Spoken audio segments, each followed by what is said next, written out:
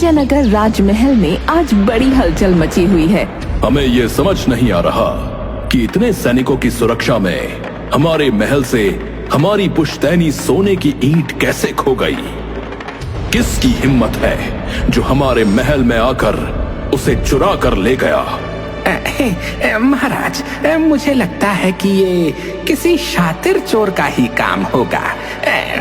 अन्यथा इतनी कड़ी सुरक्षा के बावजूद आपके महल में आकर चोरी करना कोई साधारण बात नहीं है महाराज। हाँ।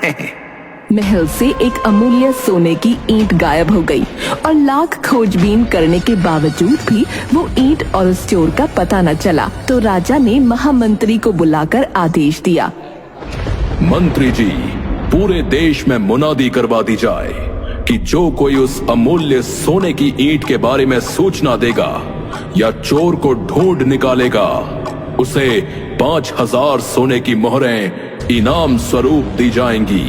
जो आज्ञा महाराज, जो आज्ञा। मैं अभी पूरे नगर में मुनादी करवा देता हूँ महाराज। नगर नगर गांव गांव में मुनादी करवा दी गई।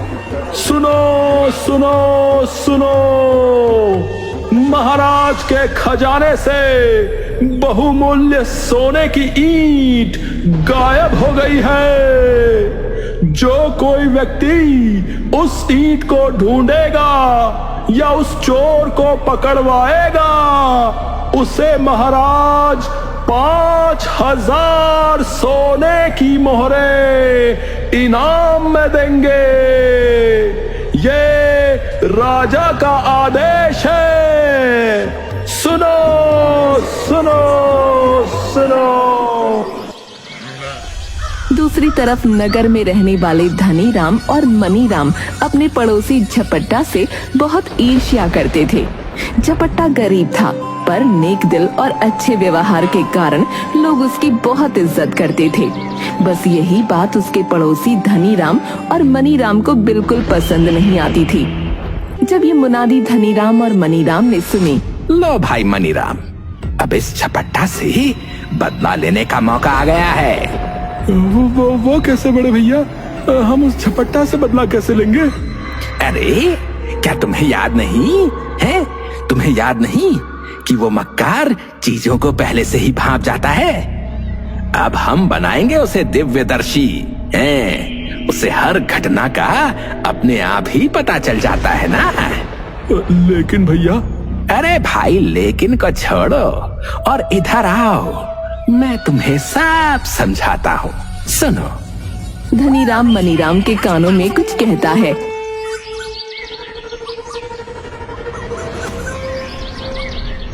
अगले दिन दोनों भाई अपने एक खास व्यक्ति को सब कुछ समझाकर दरबार में भेजते हैं।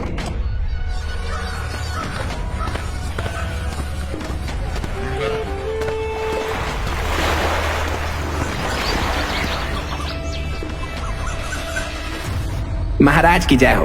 मैं आपको एक ऐसे व्यक्ति के बारे में बताने आया हूँ महाराज, जो आसानी से सोने की ईंट के बारे में बता सकता है और जो चोर को पकड़वा भी सकता है।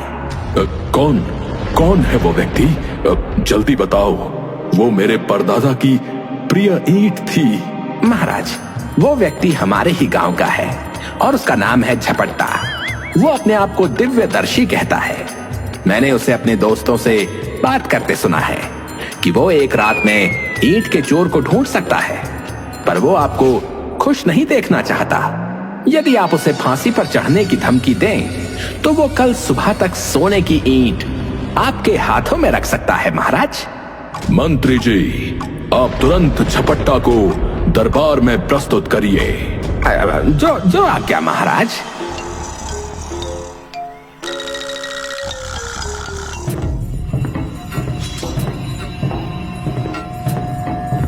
सैनिक झपट्टा के घर पहुंचते हैं।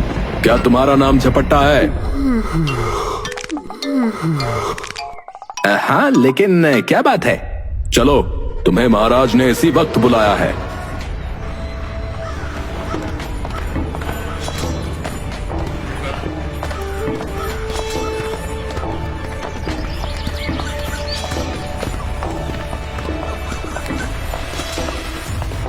झपट्टा की समझ में कुछ नहीं आया। वो सैनिकों के साथ डरता डरता दरबार में हाजिर हो गया।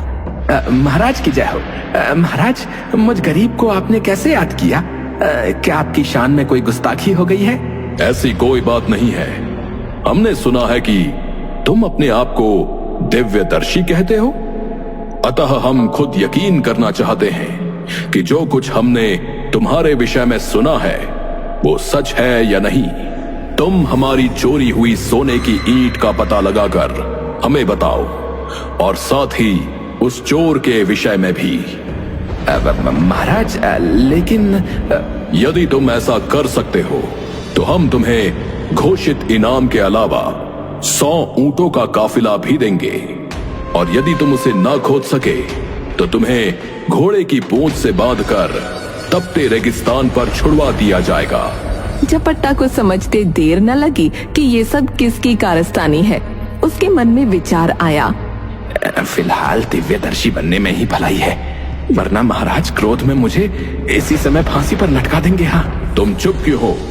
जवाब दो, तुम हमारी आज्ञा का पालन करने के लिए तैयार हो या नहीं? महाराज, आपकी आज्ञा की अवहेलना भला मैं कैसे कर सकता हूँ? कृपया आप महल के बाहर मेरे लिए एक तंबू लगवा दें। मैं अकेले ही उस तंबू में रात को मंत्र पढ़ूंगा, और भगवान ने चाहा तो सुबह तक आपकी सोने की ईंट आपके हाथों में होगी। महाराज। मंत्री जी, झपट्टा ने जैसा कहा है वो सारी व्यवस्था कर दी जाए। जो आज्ञा महाराज, मैं अभी सारी उचित व्यवस्था करता हूँ। इस समय तो मैं तंबू में रह लूंगा, लेकिन रात को मौका देखकर यहाँ से निकल भागूंगा। हाँ, और ये देश छोड़कर कहीं दूर चला जाऊंगा। झपट्टा, तू हमेशा सोचेगा कि किस्मत साथ देगी, ऐसा बिल्कुल नहीं होने वाला रे। झपट्टा के लिए महल के बाहर एक तंबू लगवा दिया गया, और झपट्टा उसमें प्रस्थान कर इस तरह का दिखावा करने लगा जैसे वास्तव में किसी मंत्र का जाप कर रहा हो। आधी रात के समय झपट्टा ने तंबू से बाहर झांक कर देखा और खुद से बोला, हाँ, बस झपट्टा, यही मौका है। मुझे यहाँ से ना निकल जाना चाहिए। चल बेटा झपट्टा। संयोग से उस समय ईंट चोर, जो कि महल का ही एक कर्मचारी था, कि क्या झपट्टा वास्तव में ही दिव्यदर्शी है? यदि है तो वो उसे पकड़ने के लिए क्या तैयारी कर रहा है? झपट्टा उससे टकरा गया। मैं तो मर गया रे। छोड़ दो, मैंने कुछ नहीं किया। माफी। तुम? चोर कर्मचारी ने समझा कि झपट्टा ने उसे पहचान लिया है। वो तुरंत उसके पैरों में गिर पड़ा। मुझ पर दया कीजिए हुजूर, मुझे छोड़ दीजिए। मैं सोने की ईंट आपको देने के लिए तैयार हूँ। अरे, ये तो अपने आप ही जाल में आ फंसा। अब मजा चखाता हूँ इसे। इतनी आसानी से मैं तुझे नहीं छोड़ने वाला। झपट्टा महाबली नाम है मेरा। मेरे बारे में जानता नहीं है क्या? मुझे माफ कर दीजिए महाराज, मेरे प्राण ले लेंगे। मेरे पीछे मेरे परिवार का क्या होगा? भगवान के लिए मुझे माफ कर दीजिए। ठीक है, मैं तुम्हें छोड़ दूंगा, लेकिन पहले तुम ये बताओ कि वो सोने की ईंट कहाँ है? बताता हूँ। यहाँ से पूर्व की ओर एक ऊंचा टीला है, उस पर एक बड़ा काला पत्थर रखा हुआ है। उस पत्थर के नीचे रखी है मैंने वो ईंट।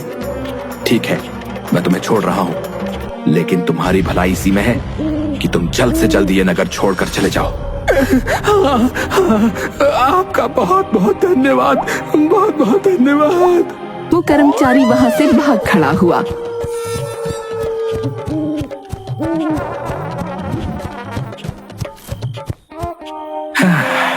किस्मत ने मुझे बचा लिया। अच्छा हुआ जो मैंने ये दिव्यदर्शी बनने का नाटक कर लिया। हाँ।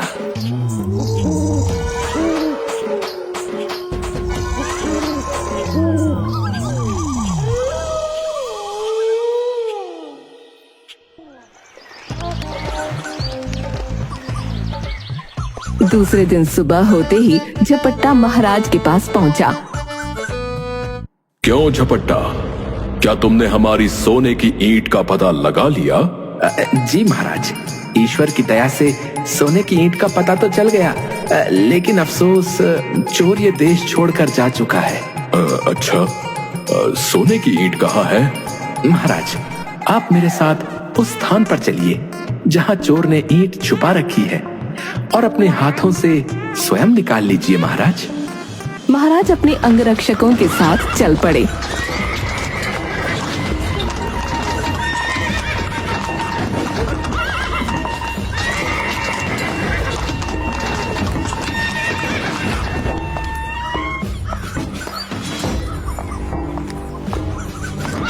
झपट्टा महाराज को उस स्थान पर ले गया जहाँ का पता उसे चोर ने दिया था। तुम हमें कहाँ ले आए हो? महाराज, हमें इस टीले पर चढ़ना है महाराज। ऊपर ही ईंट मौजूद है। महाराज, सैनिकों से कहकर इस बड़े से पत्थर को हटवा दीजिए। इसके नीचे ही आपको आपकी सोने की ईंट मिल जाएगी। सैनिकों, तुरंत इस काले पत्थर को यहाँ से हटाया जाए। सैनिकों ने जैसे ही उस बड़े भारी काले पत्थर को एक तरफ हटाया, वैसे ही झपट्टा ने कहा, महाराज, ये रही आपकी सोने की ईंट महाराज। झपट्टा, अब हमें विश्वास हो गया कि तुम सचमुच दिव्यदर्शी हो। हम तुमसे अति प्रसन्न हैं। महाराज, मैं तो एक मामूली सा सेवक हूँ।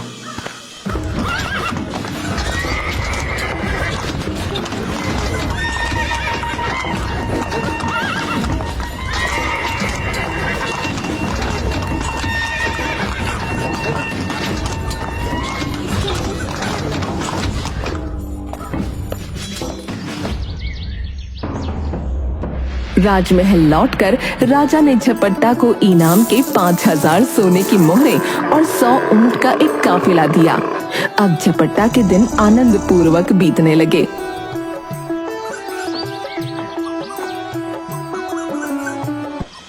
उसके पड़ोसियों के सीने पर सांप लौटने लगे।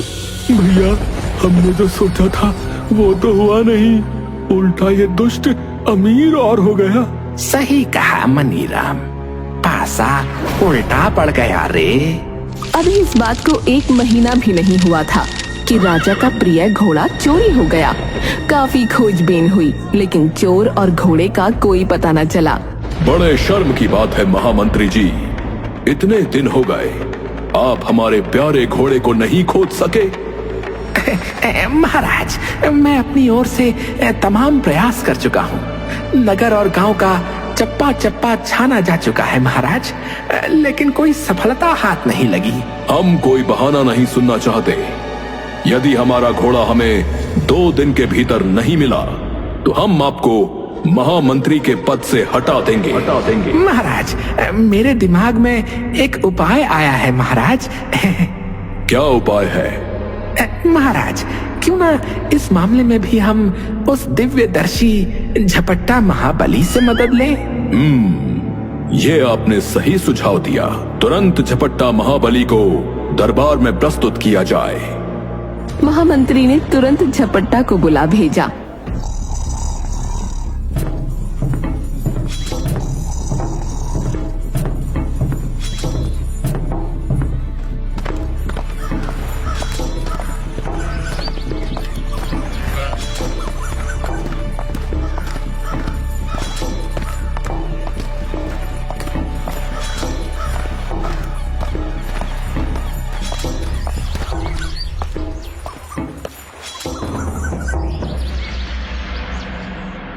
महाराज की जय हो। महाराज, इस गुलाम के लिए क्या आज्ञा है? हमारा सबसे प्रिय घोड़ा किसी ने चुरा लिया है झपट्टा। तुम अपनी दिव्यदर्शिता का सहारा लेते हुए बताओ कि हमारा घोड़ा कहाँ है और उसे किसने चुराया है। हम तुम्हें पहले से भी 2 गुना इनाम देंगे, और यदि तुमने हमारी बात नहीं मानी तो हम तुम्हारा सर धड़ से अलग कर देंगे।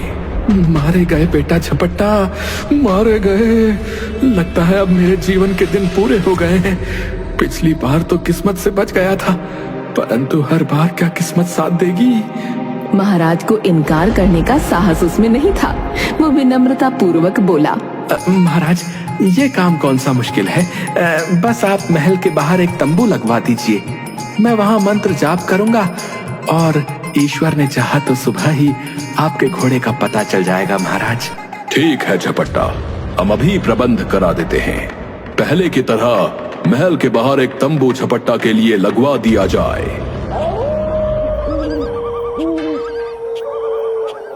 बेचारा झपट्टा तंबू के भीतर बैठकर मंत्र पढ़ने का नाटक कर रहा था और मन ही मन भगवान से अपने जीवन की भीख मांग रहा था। भगवान, अच्छा यही होगा कि आज रात हमेशा के लिए मैं देश छोड़कर चला जाऊं, वरना दिव्यदर्शी बनने का ये नाटक किसी दिन मेरे लिए जानलेवा बन जाएगा। आधी रात बीतते ही वो चुपचाप तंबू से बाहर निकला और उसने देखा कि आसपास कोई नहीं है। बेटा झपट्टा, मौका अच्छा है, भाग ले यहाँ से। और वो भाग निकला।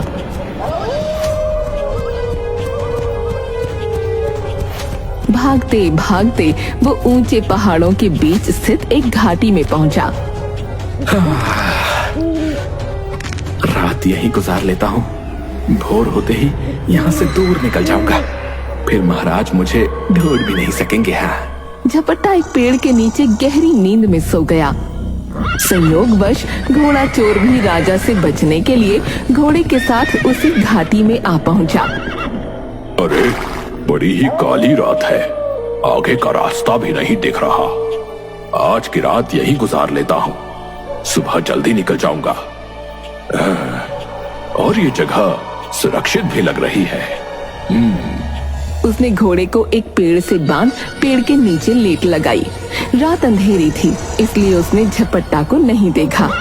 शीघ्र ही उसे नींद आ गई और उसके तेज खर्राटों का स्वर पूरी घाटी में गूंजने लगा।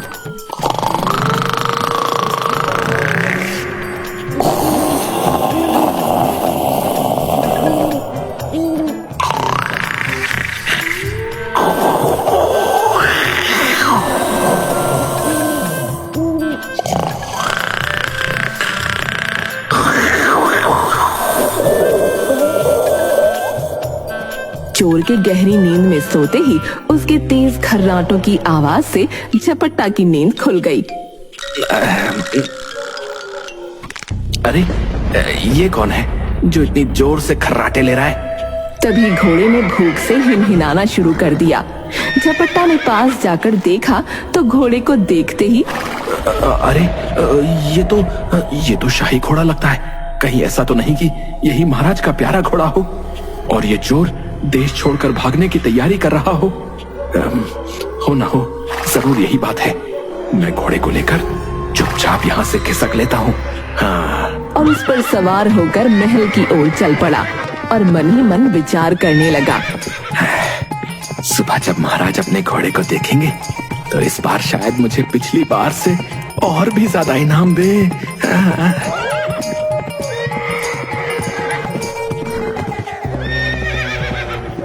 रात में ही झपट्टा महल के बाहर अपने तंबू के पास पहुंचा और उसने घोड़े को तंबू से बांध दिया और भीतर जाकर निश्चिंत होकर सो गया।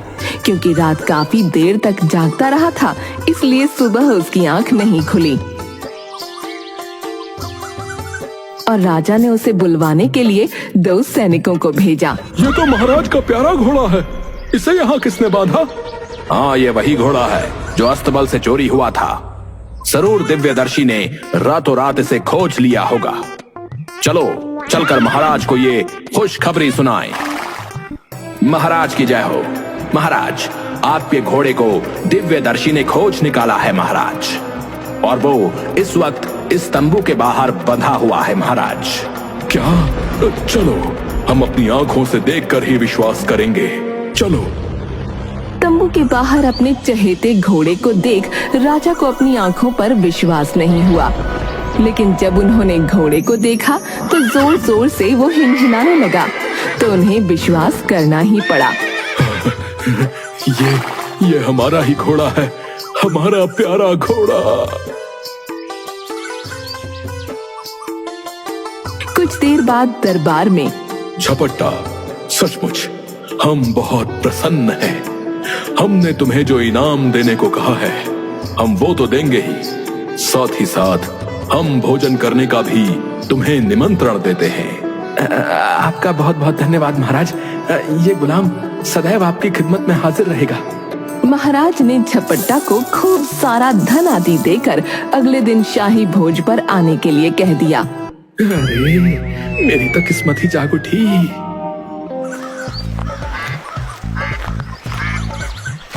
अगले दिन झपट्टा समय पर शाही भोज के आमंत्रण पर पहुंचा।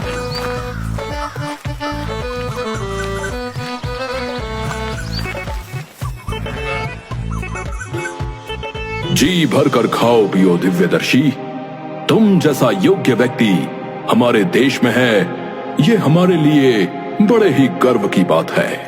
इजाजत मिलते ही झपट्टा ने भोजन और मदिरा पर हाथ साफ करना आरंभ कर दिया। वैसे भी उसे ऐसा शाही भोज जीवन में पहली बार खाने को मिला था, इसलिए वो अपने मन को रोक नहीं पा रहा था। कहां से एक टिड्डा आया और महाराज के प्याले में घुस गया। ये कमबख्त हमारे पैमाने को अपने दादा का घर समझकर यहाँ आकर बैठा है। इसे अभी मजा चखाता हूँ। महाराज ने टिड्डे को पकड़ना चाहा, पर वो खुद उनके हाथ से नीचे से निकलकर मेज पर जा गिरा। निकल गया, लेकिन जाएगा कहाँ?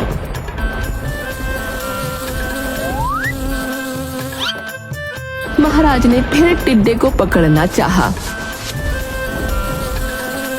ओहो, फिर निकल गया, लेकिन इस बार मेरे हाथ से नहीं बच पाएगा। इस बार महाराज ने फुर्ती दिखाई और टिड्डे को मुट्ठी में जकड़ लिया। अब आया पकड़ में। बड़ी देर से मुझे परेशान कर रखा था। तभी महाराज के मन में एक विचार आया। क्यों ना झपट्टा की दिव्य दृष्टि की फिर से एक बार परीक्षा ली जाए। दिव्यदर्शी, हम तुम्हारी अंतिम बार परीक्षा लेना चाहते हैं। जरा बताओ तो मेरी मुट्ठी में क्या है? उसने अपने मन में विचार किया। अरे बाप रे, अब तो मर गया रे। मुझे कैसे मालूम होगा कि महाराज की मुट्ठी में क्या है? मेरी दिव्य दृष्टि का भांडा फूटते ही महाराज मुझ पर जरा भी दया नहीं करेंगे और तुरंत मुझे मृत्यु के घाट उतरवा देंगे। मुझे आज इस भोज पर आना ही नहीं चाहिए था। क्या सोचने लगे झपट्टा? जल्दी बताओ, मेरी मुट्ठी में क्या है? महाराज, मैं अपनी मंत्र शक्ति का जाप कर रहा था। अभी बताता हूँ कि आपकी मुट्ठी में क्या है। झपट्टा की समझ में नहीं आया कि महाराज की मुट्ठी में क्या है, अतः अपनी मृत्यु को निश्चित जानकर वो भय से चीख उठा। प्रभु, तुमने एक बार बचा लिया, दूसरी बार बचा लिया, लेकिन तीसरी बार लगता है तुम नहीं बचा पाओगे और एक मूर्ख अपनी गुस्ताखी की सजा भुगत कर ही रहेगा। झपट्टा की बात सुनकर वाह वाह, महाराज ने सोचा कि झपट्टा टिड्डे के लिए कह रहा है, क्योंकि 2 बार बचने के बाद तीसरी बार में टिड्डे को महाराज ने पकड़ लिया था। उन्होंने तुरंत मुट्ठी खोलकर टिड्डे को मसल दिया। शाबाश झपट्टा, तुमने बिल्कुल ठीक कहा। ये टिड्डा 2 बार बच गया था, लेकिन इस बार मर गया। है? जी जी महाराज, जी जी। अरे वारी किस्मत है, तूने फिर मुझे बचा लिया। वास्तव में ही मैं किस्मत का धनी हूँ रे। तेरी जय हो झपट्टा महाबली।